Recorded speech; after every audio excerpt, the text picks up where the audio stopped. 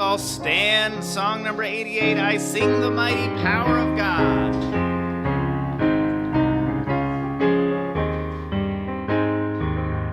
I sing the mighty power of God that made the mountains rise, that spread the flowing seas abroad and built the lofty skies. I sing the wisdom that ordained the sun to rule the day. The moon shines full at his command, and all the stars obey. We sing the goodness of the Lord, who filled the earth with food, who formed the creatures through the word and then pronounced them good.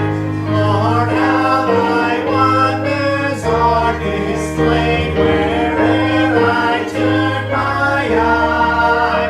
If I survey the ground I tread or gaze upon the sky, there's not a plant or flower below, but makes thy glories known. And clouds arise and tempests blow by order from thy throne, while all that borrows life from thee is ever in thy care. And everywhere that we can be, thou God art present there. Great singing. You may be seated. As I'm sure everyone knows, Pastor's out of town. He is with his wife on vacation. They're risking their lives swimming with sharks. I don't know if you saw that on, I think it was Facebook is where it was. They're like taking pictures feet away from sharks. It was crazy. So hopefully Pastor makes it back okay. But in the meantime, we have David preaching for us. Come on up and bring us the word. Woo, yeah, David. Pastor mentioned that on Wednesday, and it wasn't even a prayer request. Interestingly. Yeah, so today we're going to read out of a chapter in the Bible. Well, we'll have two verses that we turn to begin with.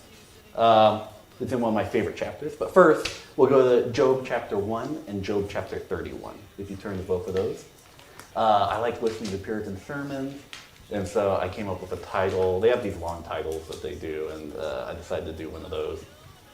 This sermon is called The Final Defense of Job, the Testimony of a Godly Life, or Several Great and Awful Proclamations of Job, observed and considered from the 31st chapter of that book so named.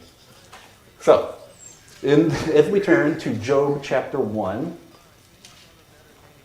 it'll take me a second to turn there myself.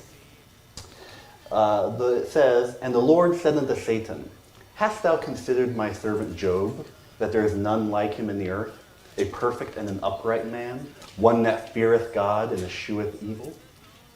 And then let's turn to chapter 31, and then verse 6.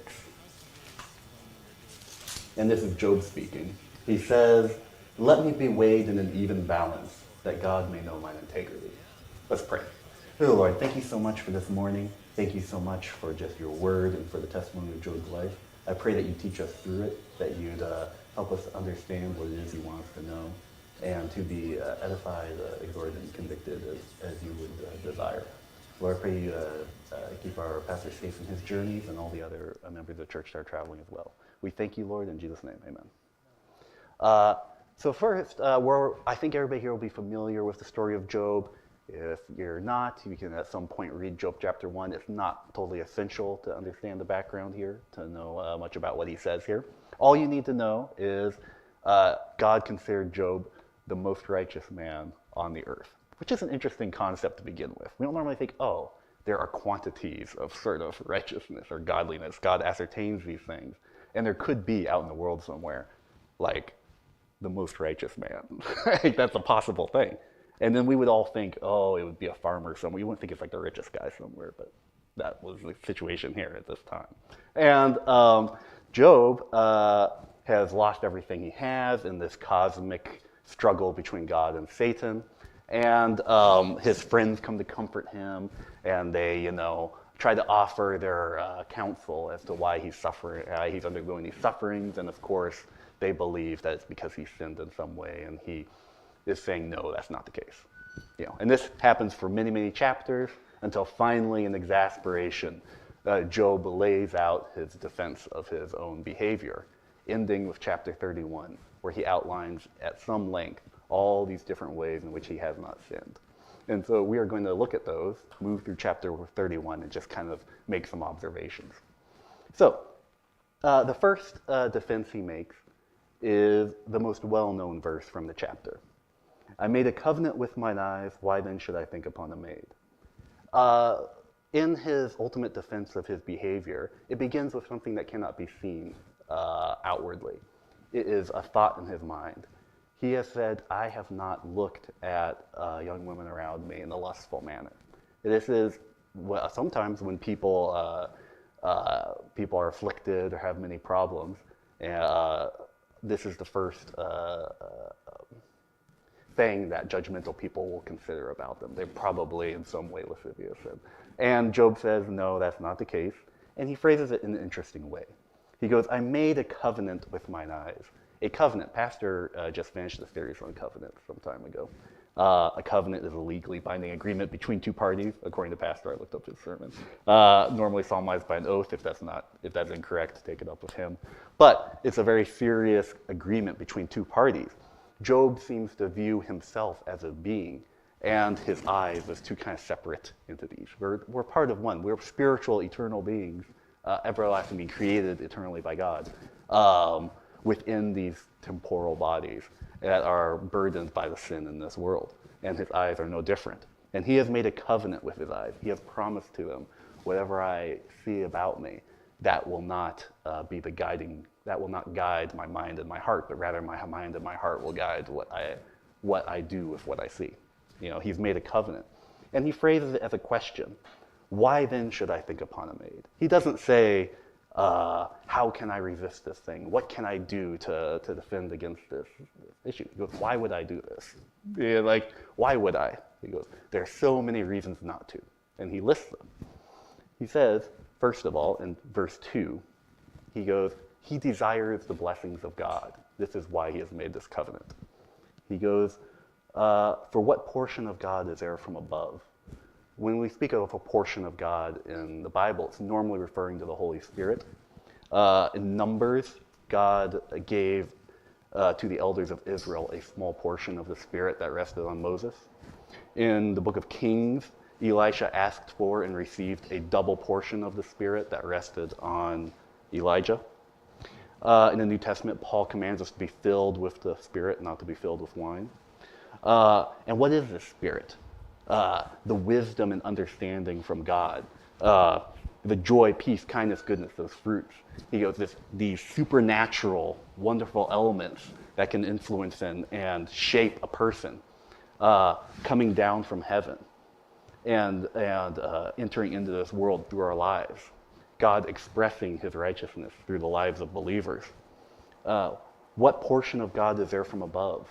He goes, the question implies that if you have not made a covenant with your eyes and you are thinking on things in a lustful way, you will not have that Spirit or the portion of Spirit in measure. He goes, and he wants that Spirit. And he also says, what inheritance of the Almighty from on high? The inheritance of God, the King of Kings, the Almighty. He says, God says that his inheritance is his people. We have a blessing of being around, edifying and exhorting other believers in church, being a blessing to others and them being a blessing to us. We have the inheritance of righteousness and eternity with God. There are some who choose to reject Christ because of their paltry lusts. There are some that cannot be a blessing, cannot edify and exhort other Christians because they are corrupted in this way. of course, we read AJ been preaching on Genesis, and of course, Esau gave up his inheritance from his father for a bowl of soup. How much more to give up a greater inheritance for just a vain passing thought? And so Job desires a portion of God, and he desires the inheritance of the Almighty. And he knows, and why would he think upon a maid when those things are his goal? But the other reason he has made this covenant is because he is fearful of God's judgment. He says, "Is not destruction to the wicked," in verse 3, "and a strange punishment to the workers of iniquity." He has observed, even in his time, the destruction of families, perhaps, from men that could not control their view, the destruction of reputations, people who had perhaps some understanding, people believed them to be wise or good people, and then notice behavior that's inappropriate. That is destruction of all manner. There are those who give themselves over to the lust of the flesh and descend in debauchery or these thoughts become actions and they acquire awful diseases and all that manner, which happened then as it does now. And that is a strange punishment, an unusual thing, something that can be borne on the body and seen by others, where the sin had begun, hidden in the heart. Job feared the destruction of the wicked and the strange punishment to the workers of iniquity. And so for these reasons, he made a covenant with his eyes. I remember when I was young, I had a friend who, in my youth, I was quite young, told me that his married father would drive by a park near where we lived to look at the girls that were there. And I remember sensing a sort of disappointment in him, maybe something, but wasn't respect. To have your own children not respect you in that way because of just a wandering eye. That is a strange punishment indeed. But also, this was not enough. He understood and believed that God fully observed his behavior. In verse 4, "Doth not he see my ways and count all my steps?" God sees what we think. He sees what we desire, what we do, who we are. He sees every shameful and embarrassing thought is known to him. And the most dark and evil reflection he observes. So why engage in these things? He counts all our steps. He knows what path we tread in our life and in our heart and as we go about this life.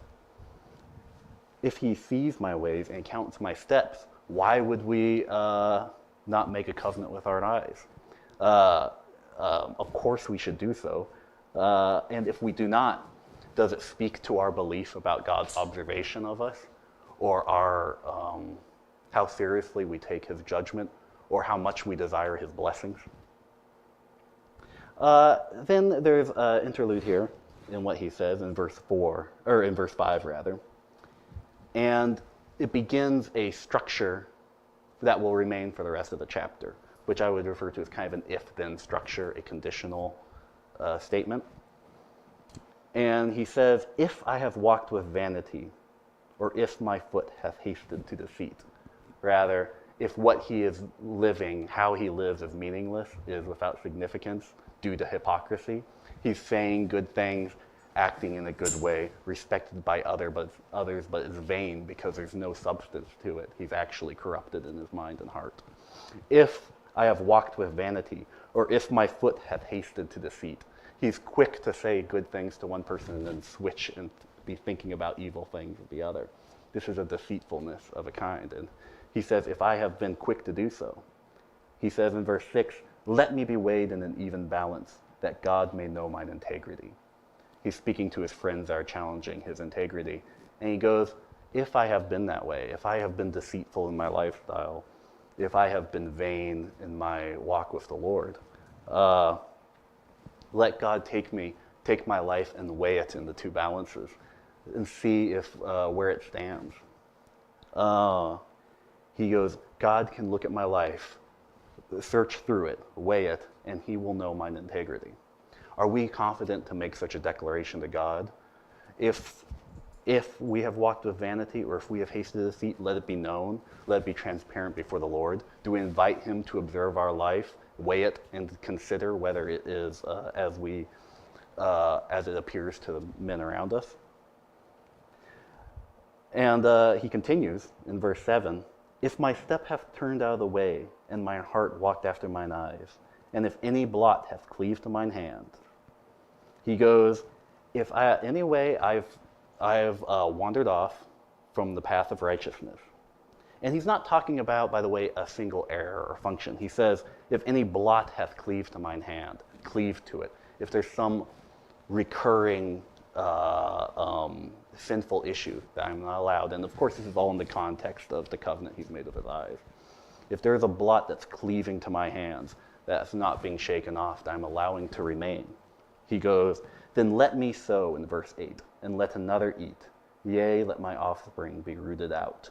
He goes, if this is the case, if my eyes are unguarded and my thoughts are impure, then let all the work that I do be to no avail to me. Let me receive no income for my labor, and this is quite harsh, let my children and offspring either die, seems to be it, or be rooted out of their inheritance, like have nothing.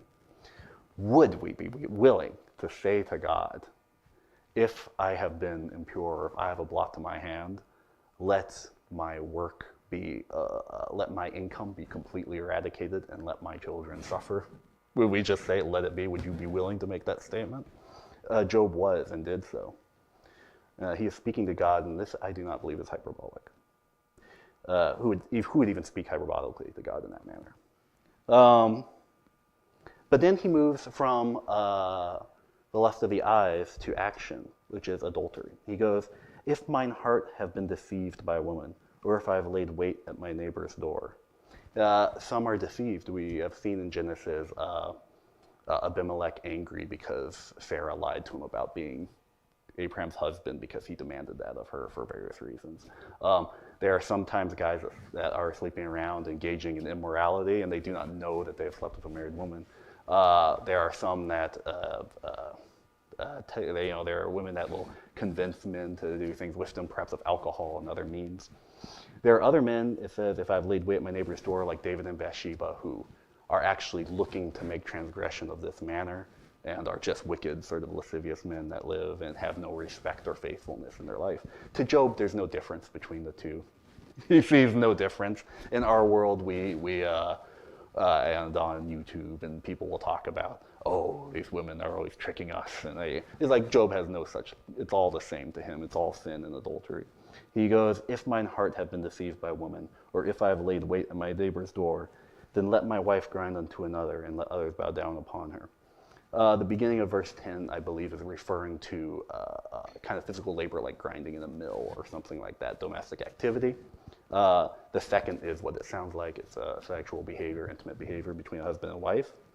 Either Job is saying, if I have committed adultery, then let my wife commit adultery on me, or he's saying, if I've committed adultery, let my marriage be dissolved and she goes and be with another person.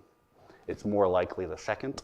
And it may be, even though Job is the oldest book in the Bible, and he has existed before the Mosaic Covenant, it seems that adultery was still illegal in his society, and he considered it to be need to be punished by civil authorities, as is listed in verse 11. He gives us a reason for why he would say, let my wife grind unto another and let others bow down upon her. He goes, for this is an heinous crime. Yea, it is an iniquity to be punished by the judges. He believes adultery is a civic crime that may involve execution if it's anything like the Old Testament, which it might be. And in that case, she would, of course, go and marry another person. But why should it be a crime? Why should it not be allowed? Why should this terrible events befall him if he has engaged in adultery? He goes, for it is a fire in verse 12 that consumeth to destruction and would root out all mine increase. He goes, there's no lack of a cost for this sort of behavior. Any sort of unfaithfulness in that manner to his wife or to another, or involving himself in another's relationship would be something that would rage out of control and destroy everything around him in his life and destroy everything that he has accrued and built up over these years. We see so often wealthy celebrities with their whole lives destroyed and they lose all their money and all these things go on. And it's because they could not control themselves in this manner. It happens all the time. And then there are all these people who say, oh, it's so horrible that this woman got half of what this man had because of this one thing he did. And Job is like, all of my increase. He thinks he should be executed if that were the case. Like a whole different paradigm. And think, he in this moment of extreme, this extreme situation that he's in, Job, the second thing that comes to Job's mind is that he has not been adulterous. He has been faithful to a woman that we remember told him to curse God and die. These is not due to the relationship that he's in at the moment. He's still, one of his first thoughts is that he has been faithful to this woman. But he goes from that to the next situation. We think, wow, the lust of the eyes, adultery, these are very serious things. What else could possibly be a reason why everything he has been destroyed? You know, he's trying to understand why God's doing this to him. Why has his family died and all of his flock's gone and his money, everything, his health is bad? Why could it be? He goes, if I did despise the cause of my manservant or my maidservant when they contended with me, what then shall I do when God riseth up? So he's saying, if I despised an issue that in his situation an employee has leveled towards me, if an employee is unhappy with what I've done in some way, how I've been a boss, how I've managed the situation, maybe we're managers in a business and there are other employees under us, and they bring up some issue with us and it's not important, we despise it. You know, there are so many who, I'm skipping over all my notes because I don't really need them, but let me find some of the things I mentioned here. There are so many that despise the waiters that serve them at restaurants, that despise the FedEx worker that comes and delivers the package, who are angry on the phone talking to customer service. They say, have you never heard of customer service? They even detect some unhappiness from the employee towards them. And for them, it's scripture, it's some dictation from the Lord that the customer is always right. It's their mantra, it's their lifestyle, so it's what guides everything they believe. There are contractors mistreated, there are employees that are ignored. Job says, if I have done this towards any of my manservants or my maidservants, if I've despised their cause when they were contending with me, when they said, we do not like what you have done, and he did not take that seriously. He goes, what then shall I do in verse 14? When God riseth up, and when he visiteth, what shall I answer him? Job understood his relationship to his employees and towards those that serve him in light of his service to God.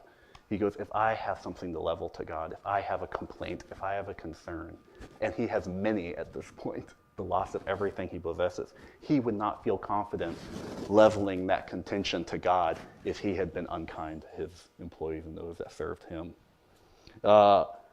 He goes, God rises up. When God rises up, when he stands up to take action, when he visits into the world and takes action in the world, how will we answer him? I'm sorry, I thought I was right. I'm tired of whiners and complainers. They wear me out. Is that what we'll say to God when he asks, how did you treat your employees when we're troubled in our own situations in life? And ask him. No, God is kind and understanding towards our complaints. And so should we be towards those that are serving us. And Job felt like if he was hypocritical in this fashion, it was just as serious in his mind as being hypocritical in what he looked at and how he treated his marriage. But he gives a reason for why he should not despise beyond his own relationship to God as a servant. He says in verse 15, did not he that made me in the womb make him? And did not one fashion us in the womb? It is amazing to think, long before the great secular movements of our age that tried to talk about the equality of man, Job in this ancient Bronze Age text, the richest man in the area, well respected by all, considers himself the equal of his servant and of his maidservant. And he does so, and why does he do so? Because he believes in creation. He believes that God has created each person. And furthermore, he believes he's created them in the womb. This is, of course, incompatible with abortion and such practices. God has personally formed this person in the womb who is now serving him.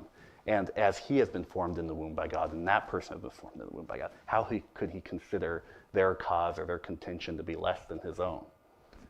No, he was humble in this manner because he understood where he had originated and where this other person had originated. And out of respect to God, he showed respect to them. Then he moves to his treatment of those that were less fortunate than him. He goes, if I have withheld the poor from their desire, or have caused the eyes of the widow to fail, or have eaten my morsel myself alone, and the fatherless hath not eaten thereof. He goes, there are, of course, it's a different situation at this point. I mean, this is not so much like people that have addiction problems with drugs. Now, these are like those kids you see in like garbage dumps in third world country, people who don't have anything. He goes, I've withheld from the poor their desire. If he has enough to give to somebody in need and he just withholds it, and they desire these things and he just says no, or if a widow is looking towards him and their eyes fail, we say we look towards the mountains from which our help should come. And he goes, some poor, widow is looking towards him, and he just walks by, and their eyes fail in their hope. He goes, if that has occurred, or in verse 17, if I have eaten my morsel myself alone, and the fatherless hath not eaten thereof.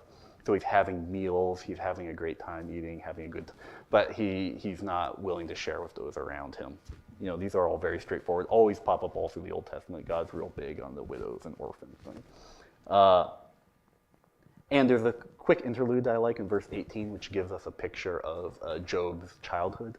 He goes, he has not withheld from the poor their desire. He has not caused the eyes of the widow to fail. He has not eaten his morsel alone.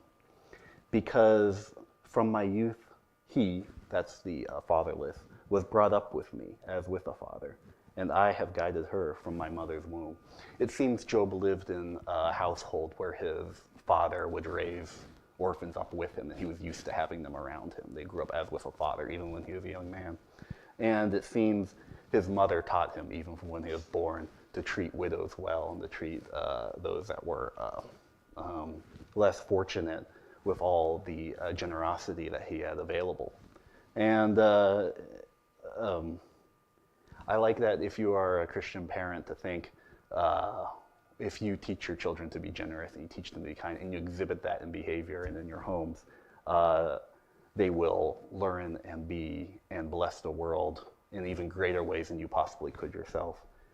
Job is one of the most godly and most righteous men in the Bible, and here there's a short testimony to his parents. But he says, continuing on the thought of the impoverished, he says in verse 19, if I have seen any perish for want of clothing or any poor without covering. We don't really have that situation where people are literally dying because they don't have clothes. Like, you will find places in the world people literally just don't have clothing. And this is certainly the case pre-industrial revolution in ancient world and ancient Middle East. There are people who might die because it's getting cold and they don't even have a coat. He would not allow that to happen. He goes, verse 20, if his loins have not blessed me, and if he were not warmed with the fleece of my sheep. I like this, that he does not say, I want some policy where these people will be taken care of. I want somebody else to take care of this issue, and I'm all for that. No, he personally, with the fleece of his own sheep, would make sure these people were provided for. We may not have such extreme situations, but we're surrounded by Christians and others that are in need. And if we have anything in which we can help, we ought to do so. And Job seems to consider the sin not to do so. It's not an opportunity to do good. It is an opportunity to do good, but it is also a command and expectation from the Lord.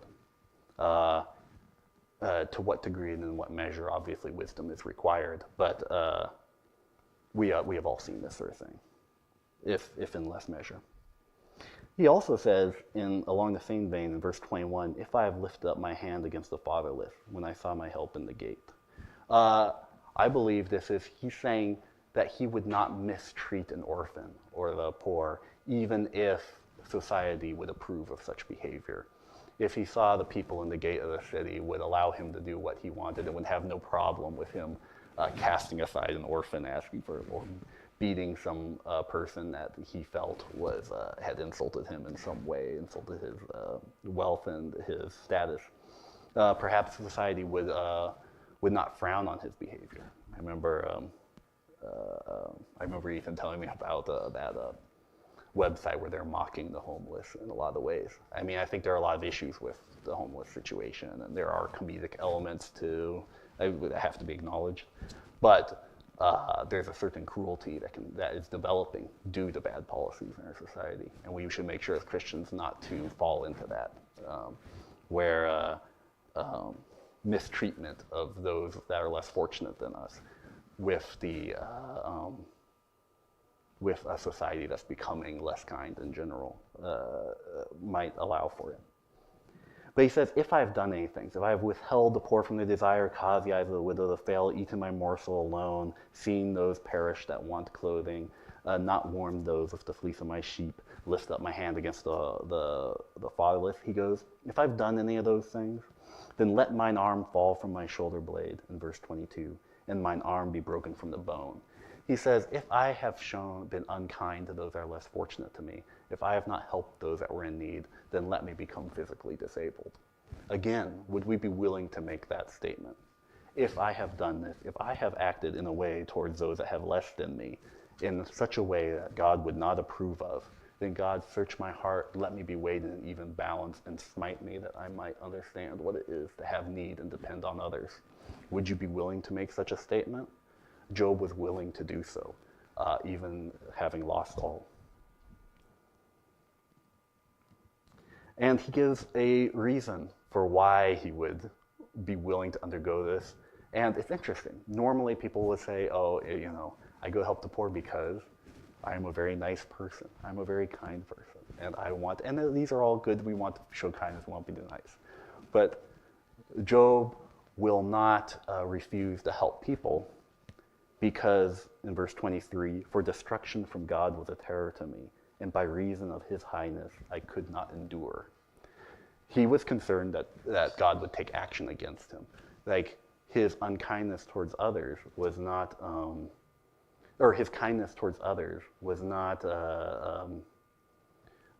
just the outcome of his personality, but rather it was out of respect to a God who expects and demands this behavior of him, and might take action against him if he is disobedient in this fashion.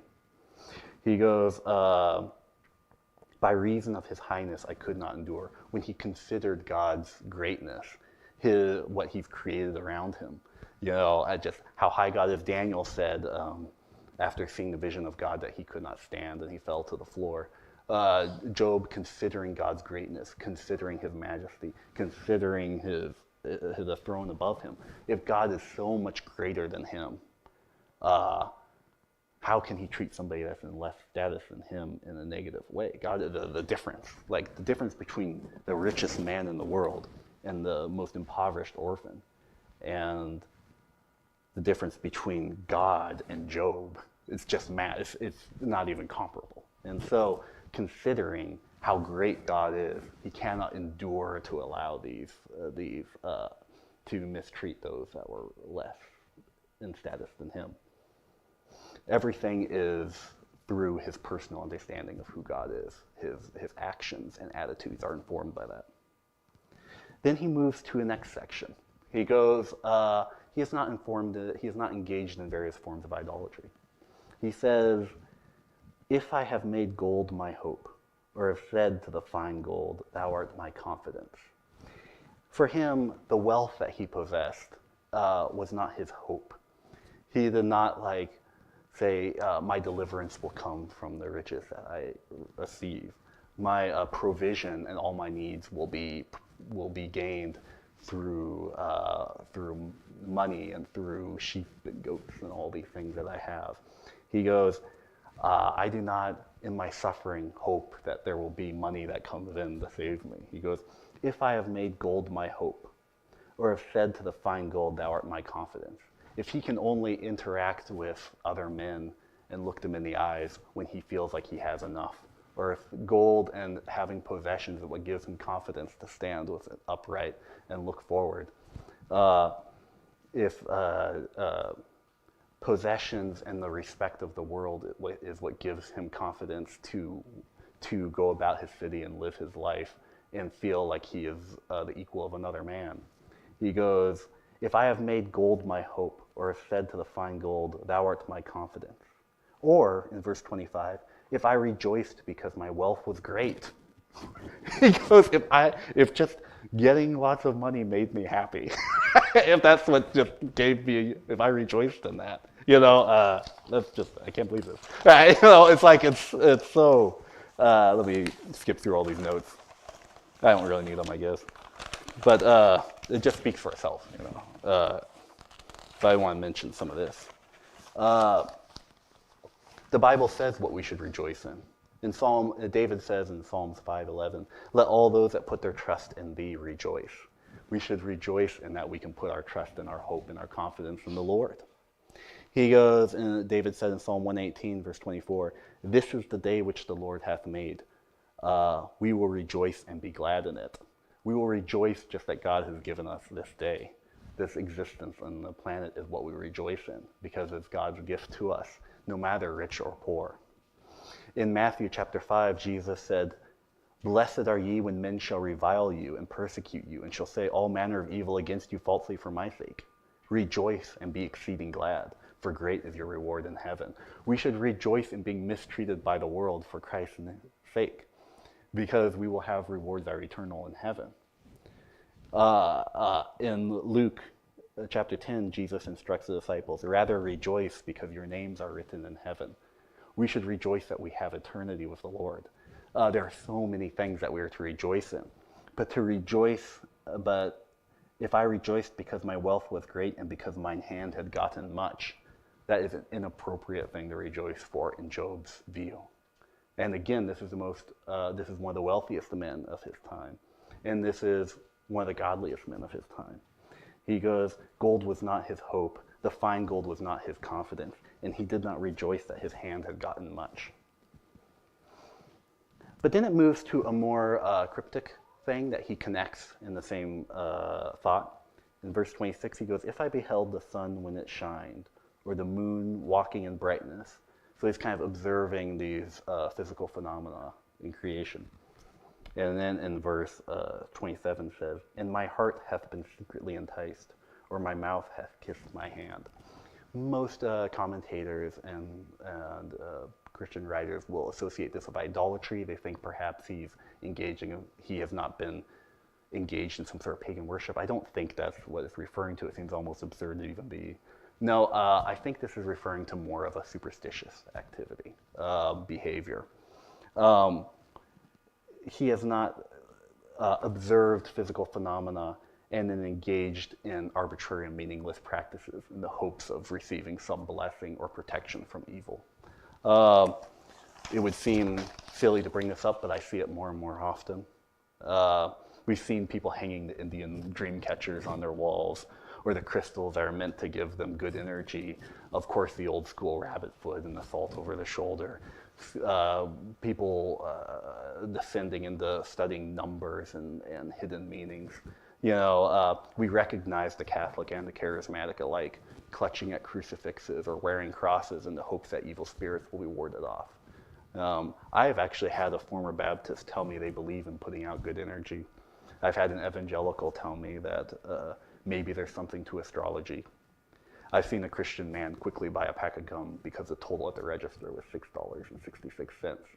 Is looking at a number on a register and buying a pack of gum, looking at the sun and kissing the hand. The problem, whether idolatry or superstition, these things have the same issue. He goes in verse 28, for I should have denied the God that is above. He goes, I am not going to suffer physical loss and lament it because of some arbitrary action I didn't take, because of some number I saw, or because of some passing of the sun or moon. He goes, my provision and my hope and my safety comes from the Lord and my personal relationship with him.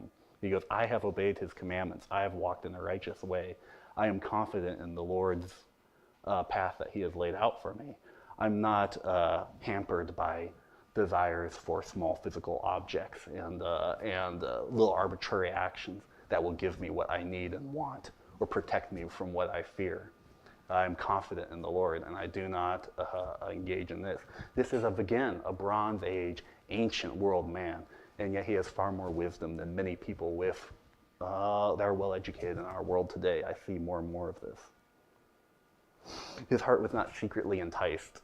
He didn't even just say it in his mind, I should be careful about this. He knows where he stands with God. He knows what God has commanded him to do, and then he has abided by that. God doesn't operate in that way, where if we buy something with a number or we wear this mineral, this gem on our shirt, all of a sudden our life will be different. God doesn't operate in that way. It's inappropriate. And in fact, it's a sin, according to Job. It should not be done. And of course, Job, ever the libertarian, says this also were an iniquity to be punished by the judge. No, actually, no, it's illegal to do these things. No, don't be selling me your crystals and your dream catchers to get it. Yeah. Job's not, he's the most righteous man in the world. What can you say? He's not a libertarian. So, but he goes from these forms of idolatry and superstitious practices to his behavior towards his peers in a way. He goes, if I rejoiced, in verse 29, at the destruction of him that hated me, or lifted up myself when evil found him. So, he did not rejoice in verse 25 because his wealth was great. He did not rejoice because he acquired more possessions. But he also did not rejoice in other people losing them that he did not like. He didn't, there are some that know, and this is speaking of personal enemies, there are people that want him to fail, that are that perhaps lie about him, that perhaps have mistreated his children or himself, or spoken ill of his wife, or spoken ill of his home, or insulted and abused his character. He did not rejoice at their destruction. If bad things happened to them, even if they hated him, he would not take pleasure in their suffering. And he goes, he did not lift up himself when evil found him. If he sees those that oppose him suffering some destruction, it does not make him feel better about himself. We're all the same before the Lord. Some of us forgiven and some still in sin. But there, but for the grace of God, go we. He goes in verse 30, neither have I suffered my mouth to sin by wishing a curse to his soul. He, again, much like the covenant with the eyes, he sees his mouth as almost separate to himself. He's not allowing it to do what it naturally would do. And he has this enemy, and his mouth wishes to curse him, wishes to say something evil of him, wishes to bring God's judgment down upon him. But he has not suffered his mouth to do so. He has not allowed it to do what its natural inclination is. Job is not inherently full of just this wonderful, just perfect person that's just saying, his mouth wants to say evil things. His eyes wish to linger on that which is inappropriate. But he has made a covenant with the one and will not suffer the other. Now, verse 31 is the hardest to interpret for me. It's unclear. I'll give both possible interpretations. He goes, if the men of my tabernacle said not, oh, that we had of his flesh, we cannot be satisfied. It may be referring to the former verses of him wanting evil things to happen to somebody that hates him. And maybe he's not tolerating the men of his household to join in that rabid, angry desire for destruction of his enemies. Or it may refer to the following verse, which we'll deal with in a second, where they may be in need and wish they could have of Job's food, and he's not giving it to them. Let's look at verse 32. We'll look at 31 and 32 together. The stranger did not lodge in the street, but I opened my doors to the traveler. There are some that show kindness to strangers, show kindness to every widow and orphan they see. but they neglect to spend time with their family. They neglect to give what they need to those that are closest to them. They don't take care of their parents. There are others that care about their family and their parents and their friends, but they neglect to take care of the stranger that comes through. They don't care about those that they do not know. Job did not fall into either of these failures. And in fact, there's some that love people at church, but they won't talk to a visitor that shows up. There are some that will perhaps go talk to a visitor, but are the quickest out the door. Let's make sure that we care about those that we do not know, that we are unused to. In verse 32, the stranger. But open our doors to these travelers as they come by. Open the doors of our homes, of our hearts. Now, at this point when I've read through this, it's almost overwhelming the amount of things Job is just thinking about and the seriousness with which he deals with it. He is willing to bring down these curses of God upon him if he has failed in these manner. How can we live up to these examples? How can we maintain such a lifestyle? But Job, thankfully in 33, shows that he is not utter perfection. He goes, if I covered my transgressions, he did transgress. He did fail in many of these things, probably. He goes, if I covered my transgressions as Adam by hiding mine iniquity in my bosom. He was not without sin, but when he sinned, he dealt with it appropriately. Again, I mentioned it before, Job is the oldest book in the Bible.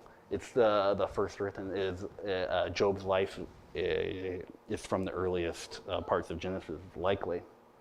And in all of these many chapters of his friends making their proclamations and Job making his defense, chapters and chapters, the only mention of a person in the Bible outside of Satan and God is this mention of Adam.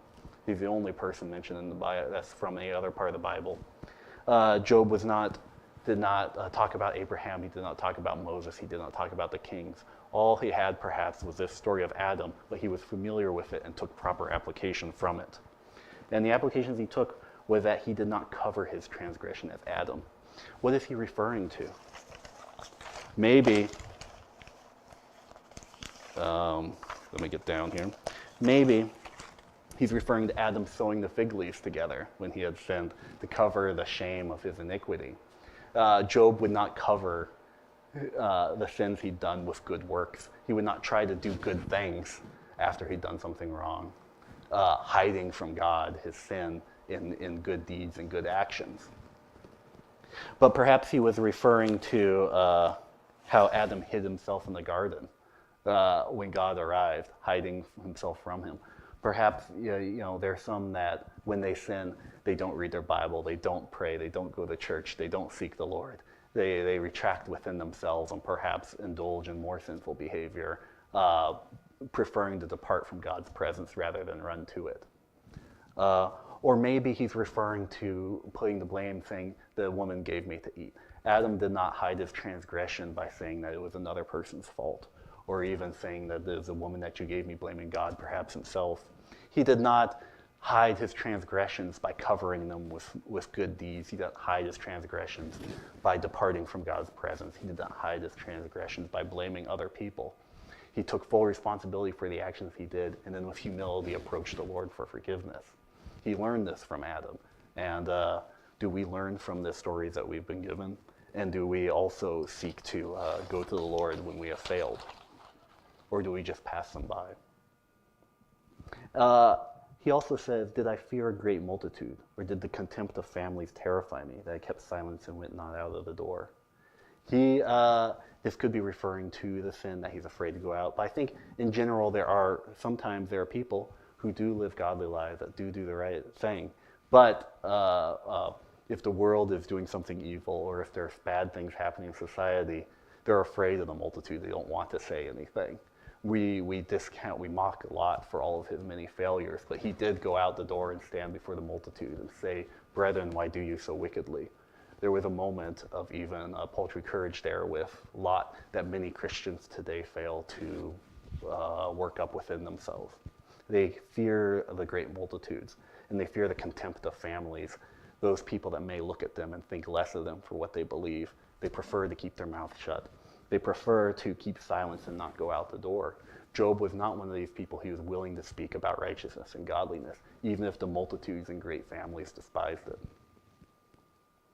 And then comes my favorite part of the passage.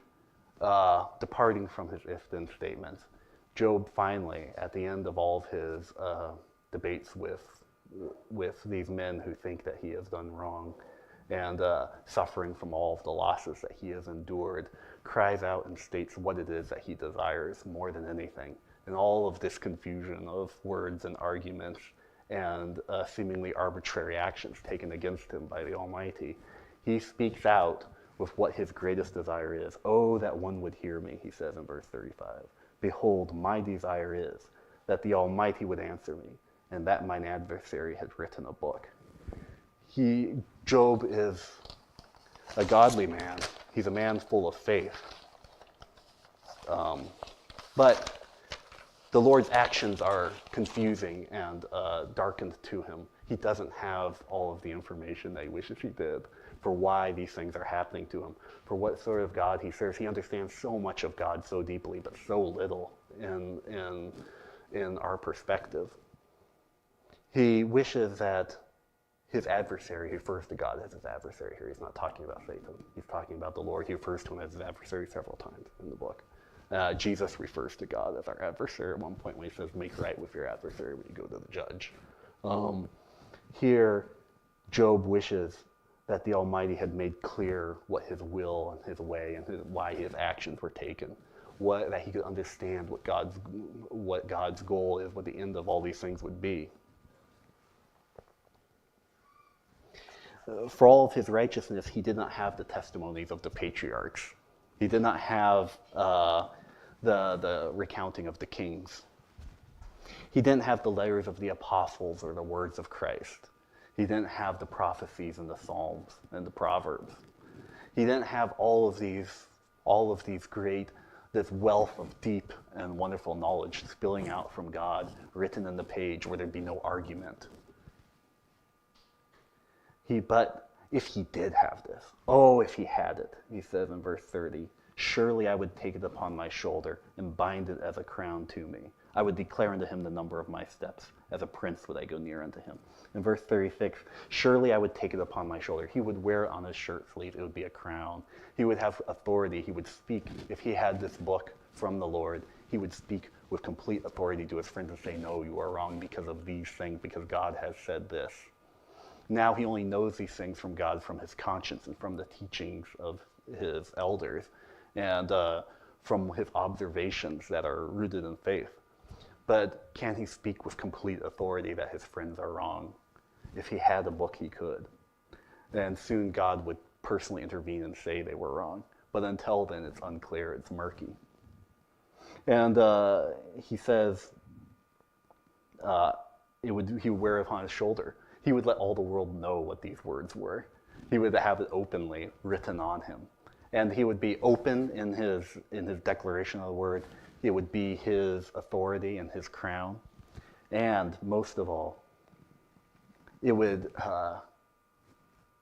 for him, it would be kind of the consummation of a personal relationship with the Lord. He goes, I would declare unto him the number of my steps. As a prince would I go near unto him. He goes, rather than saying God knows all my steps, sees all my steps, he goes, I would show them to him. I would read his word, I would understand what it is he wants me to do, and I would declare unto him every step of my life that I've taken, and then he can, and I would know with complete confidence that I will be accepted. And he goes, I will be the son of a king, I will be the prince, I will go before him and dwell with him. If I can just have his words, if I can just know what it is that he wants, what he demands of me. Everything is in a vague. He walks in faith. And there are so many Christians that have this whole scripture, have everything that God desires, and yet their lifestyle comes nowhere close to Job's. What would he do if he had it? We see, and we understand. He concludes his statement by saying, if my land cry against me, or that the furrows likewise thereof complain, if I have eaten the fruits thereof without money, or have caused the owners thereof to lose their life, let thistles grow instead of wheat, and cockle instead of barley. He goes, if, he goes, any part of my lifestyle, my land, is crying out against me, if I'm condemned by the behavior and what surrounds me in my life, then let whatever it is I desire the opposite take place. Just a blanket statement of whatever, if I have failed the Lord in some way, in these, at least in these key factors, he goes, let everything that I desire be upended, upturned, and undone. And finally, it says the words of Job are ended. Some think this is a narrative statement. I prefer to think that Job is referring to himself here, stating that his last words have been spoken. And as Job's words end, perhaps ours should begin. And we should reflect to the Lord and ask him if we can be weighed in an even balance as well. Thank you.